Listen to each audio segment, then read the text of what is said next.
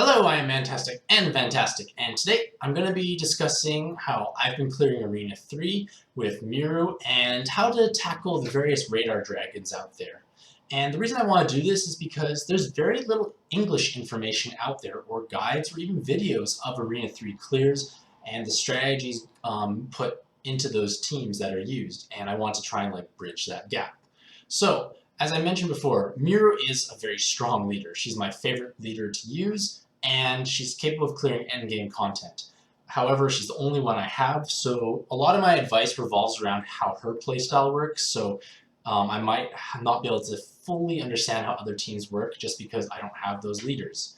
And other leaders that have the ability to clear Arena 3 with a reasonable amount of success include, but not limited to, Ranove, Kaede, Raw Dragon, Xiang Mei, Gremory, and Sharius Roots. So all those leaders are capable of clearing Arena 3, and they all have their own strengths and weaknesses. Like, Miru is better against certain radar dragons, whereas Raw Dragon does better against others. So you have to kind of go into the mindset that you can't always win every run. You might get the wrong radar dragon, not have your actives set up, so on and so forth, and you're just going to lose. You just have to go into that mindset that you can't win every single time.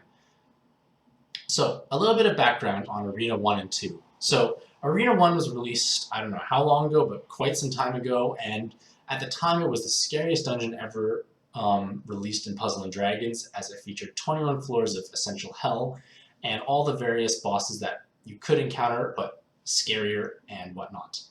And it also featured the 30 million health collie at the end, which is still pretty scary to this day. Like, it's still a challenging boss, like it's not as easy, but that was the final boss in Arena 1.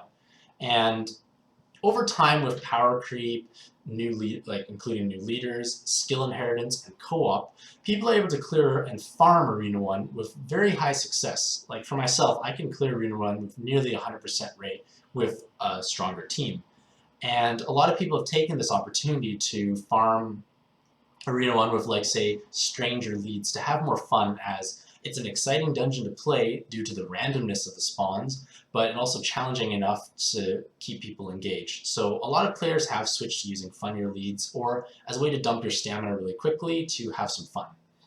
And then soon after that, Gung-Ho released Arena 2, basically just reshuffled the various floors around to have the easier floors either taken out or put more towards the beginning, and more challenging floors concentrated at the end with new spawns that were more dangerous and that could ruin certain teams. In addition, it also introduced these pre-draws which have 10 million defense, and it forces players to bring a true damage or a poison of some sort to deal with them. And that can be annoying because one sub has to be dedicated to that. Thankfully, with its skill inheritance, you're able to bypass that much more easily than you could before. And Arena 2 is actually good practice for Arena 3 because the spawns outside of the Radar Dragon and the Tan floor are basically the same, just more like less health and less damage. So it's a good way to practice. If you find you can clear Arena 2 consistently and you have lots of actives going into the final floor, you might be able to tackle Arena 3. So Arena 3, with the link that I put here to Puzzle & Dragons X, is structured basically the same as Arena 2, but you have this Tan floor, which is pretty easy to deal with, and then the Radar Dragon on floor 22. Now, it's the Radar Dragons that make the dungeon incredibly difficult. They're the real boss of this encounter, and it's followed up, ironically, by the Collie, who's the second hardest floor, so you have to find a way to deal with one of perhaps the hardest boss in the game, and then something almost just like a bit easier afterwards. By a bit, I mean it's still very challenging. So before I go into the strategies involved, I want to just kind of go through the team I use and why I chose those monsters. And just note that the recovery and health latents are used mainly to bolster my stats, because with the Heart Cross, they have 4 times the effectiveness. So they have more value, especially on cards with naturally high health or recovery. And it's also important, the recovery, for stalling when you don't make your Heart Cross, which does happen from time to time. So I made a few changes since my first clears to kind of increase my consistency. So one of the changes I made was dumping out Gadius for Sylvie onto my Miru leader. And Sylvie doesn't combo with anyone, but it's a more powerful active. I can use it as a standalone active. I'll get a row and a Heart Cross almost every time, so it's a good way to clear a floor. And by having important skills on your leaders, they charge twice as fast in co-op, and that was my logic behind that. My Awoken DQXU has Awoken DQXU inherited. It's purely to prevent against skill delays, and I had another one, so I thought I might as well. The basic DQXQ is used to have the recover bind. And so the recover binds are useful because it allows me to clear binds from both teams because I have a sub on each team that can do that. It helps quite a bit. It also reduces the need to bring a bind clearing sub.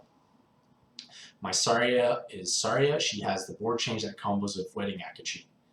And then my Awoken Apollo, who is not necessarily the best sub. He has a good body, but his active is sometimes a bit frustrating because you take away your hearts. So you have to use them in conjunction with another orb changer. However, being able to override various Skyfall debuffs is helpful, especially if you get, say, Osiris at the beginning, you can just quickly override it. And I put Gadius on him to partially protect against skill delays and to give me another board changer if I needed it towards the end. And Gadius combos perfectly with DQXQ for a 50-50 light, 50 heart board, so has some potential there. So for Fantastic's team, I have Miru inherit Wedding Gadius, or Wedding Akachi, I mean. Wedding Akachi was really lucky for Fantastic. Like, I pulled 2 of them back to back, and it's like the star of the show is his active, because when you use Saria, then him, you get a full board, or get a 2/3 board of Enhanced Light, 1/3 of Hearts, and that allows you to do spectacular burst damage. My Wukong inherited Red Odin, and that's used to kill the pre-draws, and I chose to use Red Odin over Awoken Ra because it has a longer cooldown. That sounds unusual, but the longer cooldown helps me ensure that I can use Wukong's active after floor 12, and I don't have to get capped out and change to Awoken Ra, which is useless later on. So the longer cooldown allows me to do that. Plus, it gives me a chance to set up my board after the pre-draws, because I poison the pre-draws, set up my board, and then they die from the poison. It's a better scenario in both cases for me. I use DQXQ as a sub because she's DQXQ and powerful. I use Saria again for the same reasons to combo with Wedding Akachi. And my Venus has inherited Wedding Akachi, and that allows me to have burst damage purely on Fantastic. So I can use the Wedding Akachi from the leader as needed, charges twice as fast, and I can retain the Saria Venus burst to deal lethal damage later on. So on floors 1 to 12, it's pretty straightforward. I like to use my actives quite liberally and then restall on floor 11, which is the Chinese Celestial, because they only hit for 14,500 every turn. I can clear off all my light, and then on the next turn match the Heart Cross to mitigate some damage coming in, and if I don't match light, it's not going to hurt her. So it's where I stall for all my actives, and I ensure that Mantastic kills the floor. Because if Mantastic kills the floor, it goes to Fantastic, who has the Red Odin inherited, to kill the pre-draws. That's kind of the small key part. And moving onwards, floor 13 to 20, you should have all your actives outside of your pre-draw killer ready at this point, and use them as needed. Don't be as liberal as you were at the beginning just to hasten your progress, because it's a bit harder to stall on these floors. You want to just use them as needed, but not to the point where you die because you were trying to save an active. It's better to use an active and to kill the floor than die because you didn't use an active and have lots left over. You might get lucky in your various spawns coming up, and you might be able to restall then, so it's worth taking that risk to use the active to prevent you dying. Also, make sure you clear off all your jammers before floor 17 in case you get Lakshmi, who would instantly kill you otherwise. And like I said, you want to have at least all your actives, or as close to all your actives, ready on floor going into floor 21. And depending on who you get on floor 21 and what team you use, it could be very easy or more challenging.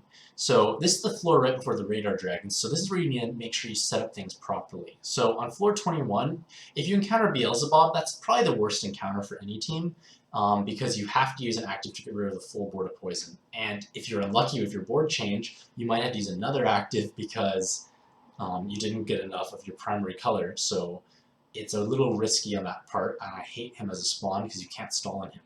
If you get Athena, it's possible to stall on her, especially if you're a Heart Cross leader, because you can block the 99% health cut. And if you're a light team, you actually get some light orbs out of her, so that's quite helpful. And for myself, I need to make a row plus a 3 match to kill off her 10 million health. The final spawn is Divine Queen Hera, who is the easiest spawn in my opinion, if you can survive the preemptive, of course, especially for Heart Cross leaders, and especially for Miru.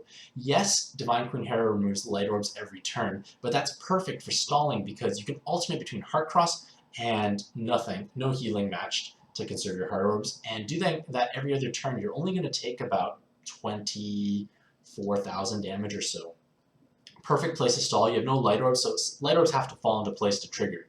If I have some actives that are down, I can stall on them, and then I'll let Mantastic kill the floor, make the heart cross, and use my non-awoken DQXQ to convert the dark orbs to light to pick her off. Now, this is where the dungeon gets scary, is floor 22, and I want to kind of just explain the overall strategy and broad mechanics of each radar dragon and how they interact and how you can go about countering them as best as possible. My experiences with Miru, so if you use other leaders, try and apply them to how they work. Like I said, different leaders are more favorable for certain spawns. So the first one is Hippopotamus Dragon. And Hippopotamus, I can't say the name properly, has 78 million health, 50% resolve. If you kill him, he just resurrects to 50% health with one more, so you can't one-shot him again. Annoying because he has 78 million health, so that recovery is actually a huge amount of health. And what makes him the scariest is he has a 15-turn skill delay preemptive. And that's kind of outrageous because that entire team will never have actives, basically, unless you've inherited something incredibly long on top. You're not going to have actives on that team. So that's bad because he actually starts hitting very hard up to the point on turn 6 where you just die. Like he's going to hit for 425,000 and you die. But even before that, he's hitting very hard. You probably might die on turn 4 or 5 even. So you have very little time to kill him, and you automatically lose your leaders and all the subs on player 1's team. If you're playing in co-op, player 2 has all their actives still intact for their subs, not the leaders. So this is where a bit of planning comes into play, and where you should have your burst actives on subs, not your leaders. Because for my case, if I use Mantastic to kill the floor, Fantastic has the Wedding Akashi Venus on his team. So that means Fantastic gets delayed, who does have some inheritance, so it's not as big of a delay, but I still have the Wedding Akashi Venus combo, so I can hopefully burst and do as much damage as possible, along with 2 other orb changers afterwards. That's kind of the gist of it. More luxury teams who have lots of inheritance get protected against that, and if they run lots of skill delay, resist latents. I can't do that, so I won't be able to be as efficient on him as, say, other players would be, but that basic strategy is trying to have your damage burst and whatnot on player 2 with their subs, so that way when your leaders and player 1 gets delayed, you have at least 4 more actives, and hopefully you can kill them in time. It's basically a race against time before you die. It's horribly scary, and you're pretty much dead in solo. If you're solo and beat this, that's pretty miraculous in my opinion. Next up is Noah Dragon, and they absorb over 5 million damage per monster for 99 turns. They have just over 31 million health, and every turn they'll absorb 2 random colors. So you probably won't be able to hurt them like half the time or a bit less than half the time. They'll also bind 1 sub every turn, and they hit for about 17,000 when above 50% health. When they get below 50%, they become significantly more dangerous, and when they're below 30, you die.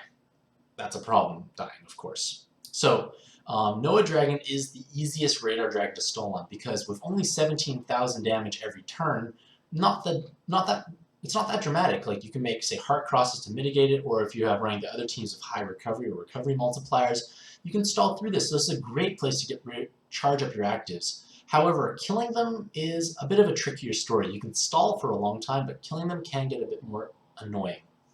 Now, what's annoying is because they absorb over 5 million damage, so you can't just obliterate them in one go. They also bind you and have various absorptions, so it's hard to get through it. 2 different strategies that exist. One is stalling out the 99 turns of the damage absorption. That way, when he absorbs a color that's not important to you, you're able to just burst him down one go as if it was a regular boss. That's quote-unquote the safest option if you're patient enough for 99 turns. The other strategy is knocking them down to above 30% health, because under 30 you die. Above 30, knock them above 30%, and then you try and arrange it so your actives can be used after the 5-turn skill delay, and you try and kill him because when he's at 30% or above 30%, he has a bit over 10 million health. So you can hit 3 million per card, you'll kill him safely. Doing that will allow you to get through the whole stalling phase for 99 turns, but you have to be very conscious of your damage output. Like, you have to chip him down carefully. Don't do too much, because if you get him below 30%, he puts up a 75% reduction shield.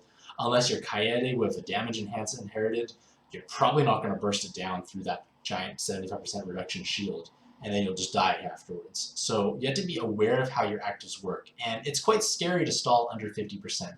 So you have to be prepared to either stall or know your damage output and be able to kill them faster. I've done both strategies, both have worked. It's definitely safer to stall, but if you're impatient sometimes, you might go for the kill, or if you accidentally somehow knock them below 50% without warning. Next up is Gaia Dragon, absorbs over 6 million damage and has 39 million health. For the first 7 turns, they have 75% damage reduction, and they'll do 2 different 68,000 hits in that time. If you're a Heart Cross leader, this is easy. If you're not, it's not going to be fun. And otherwise, they make jammers or skip turns or make the board go black on the 7th turn of their damage reduction shield.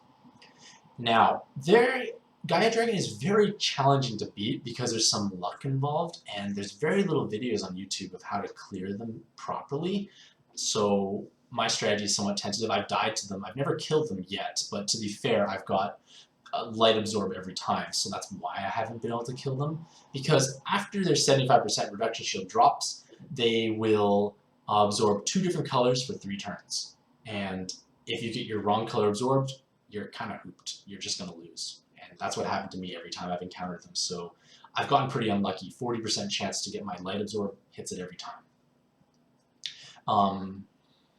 When they're above 50%, they will then hit for 25,000 and delay all your skills by 3 to 5 turns. That means you're going to, because of the 3 turns of absorb, you're going to get stuck with no actives. And that's horrible. Like, it's just going to be horribly painful. You'll have no actives. And then how you're going to kill them, let alone the Kali on the subsequent floor. Between 31 and 50%, he'll cause the board to go dark or lock orbs. It hits hard, so it's hard. You have to make sure you can get around it. 20 to 30%, it causes 5 turn subbind or a 10% boss heal. And then there's execution under 20%.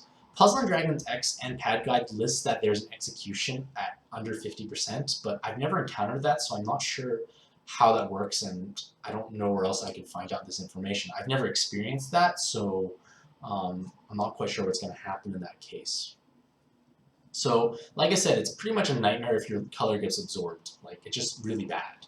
Because it's really hard to knock them below 50% before the 75% reduction shield goes away. Because at 39 million health and a 75% reduction, you have to hit for about 80 million. And that's not quite feasible for the average team. So, yeah, that's not ideal. And then if you get delayed, you're just not going to have actives, and you're just probably going to die with no actives. Like, it's terrible, and it never stops delaying your skills when above 50%. Like I said, if someone knows better how Gaia's mechanics work, let me know, because I haven't encountered them that many times. Like I said, I could be wrong about minus 500% health attack, under 50% health. Like I said, there's not too much else I can say about it, just kind of pray your color doesn't get absorbed. And then, moving on, there's Zeus Dragon. So, Zeus Dragon is the most universal and easy radar dragon for the average team, because he has no crazy, weird mechanics. And his execution only occurs at above 90% and below 20% health. And he has 78 million health, so it's a huge amount of, it's a huge HP pool, and 20 million absorption. So, as long as you can knock him below 90 and above 20, he does various different ability sets based on his percent at every 10% intervals. So based on your team, you can decide where's the easiest place to knock him into, and then dance around there accordingly, and move your damage down as needed, and then hopefully burst him and avoiding hitting 20 million, which most teams can't do without a damage enhance, to be fair. So just know your leader, know how it plays, and how you're able to knock him down. There's not too much else to say, but for Heart Cross leaders, I found that when I got into the 30 to 40% range, where he makes only hearts and only poison, it was kind of easy to stall on because the Heart Cross mitigates most of his attack damage, and there's tons of healing involved. Granted, there's poison, but there's tons of healing to offset that. So unless you get like an outrageous board of like a bajillion poison orbs, it's an easy place to stall for Heart Cross leaders, and that's what I've done in my adventures with Zeus Dragon. Stall on that phase, get all my actives, board change, like my Saria Wedding Act Sheet burst, go to the Collies with all my other actives. Relatively straightforward. But Zeus Dragon's all about pushing him into like a safe zone and knowing your damage output. And because he has 78 million health, his HP interval ranges are pretty large. Like there's 7.8 million health every 10%. So you have a lot of leeway. Finally, we're on to Hera Dragon. And Hera Dragon absorbs over 2 million damage per monster and has 39 million health. That's a really tiny margin for error, to be honest, especially when you're using a high-end team that has a huge multiplier. And she will deal 86,000 damage on turn 2, and that increases every other turn until you die. In the turns where she's not hitting you incredibly hard, she heals you back to full health, which is very nice of her. So if you're a Heart Cross leader, this boss is much more doable. If you're not, you're probably dead. Like, it's simple as that, and that's just a sad and painful truth, to be honest. And Hera Dragon is basically another race against time, like Hippopotamus Dragon. She'll execute you on her 12th turn, if I counted it correctly. Just make sure you kill her before then, of course. But the thing is, with a 2 million absorption and hitting 86,000, if you don't make your Heart Cross, you're dead. And other teams that bring shields will run out much before they've killed her. Like, I usually kill Hera Dragon towards the very end before she executes me, so I needed most of the turns, and I have to make a Heart Cross every other turn to block the damage. Don't have to worry about healing because she does that for you, and for Miru, I have to make up to 2 Light Orb combos. I don't make 2 prongs, I don't make rows. I play it very safe because if you heal her, you lose all the progress you've made potentially, and you might just die because you run out of time to kill her. So I play it careful. I make 1 to 2 light combos, with other combos of course, pray no Skyfall basically, and just be very careful. If I have too many light orbs and it's her healing turn, I might just match off some light orbs without a Heart Cross, or minimize my combos, like make, say, a Heart Cross and some light orbs, trying not to match anymore. It's just a matter of controlling your damage and how well you can do it, and if you bring a Heart Cross leader. That's kind of the simple fact. But for Miru and myself, Hera Dragon is the easiest spawn. I've actually had 100% win rate against her so far, so I'm pretty happy. She doesn't drop, but I'm happy I beat it. And then, if you've killed the Radar Dragon, congrats, you've beat the hardest part of the dungeon. And next up is the Collie with 37 million health. It's a lot.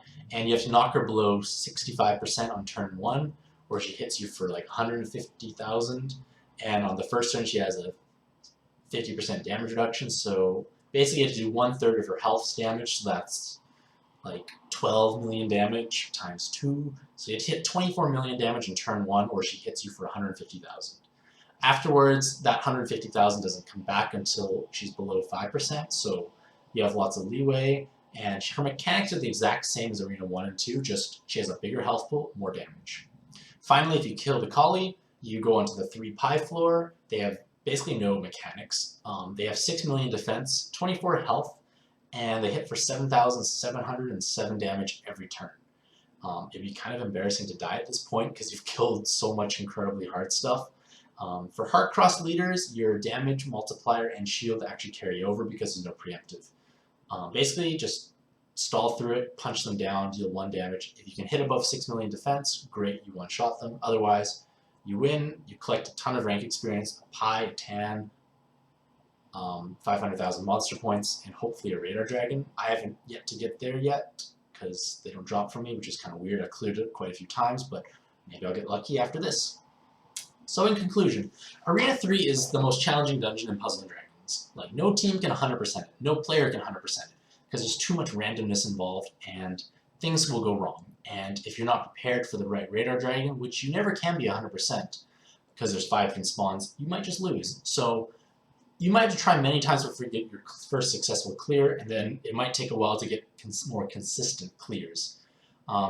let me know what you guys use for Arena 3. Like, what leaders have you been using with your team roster, and how effective are you against certain radar dragons, and which ones give you a tough time? Let me know in the comments below, and happy puzzling!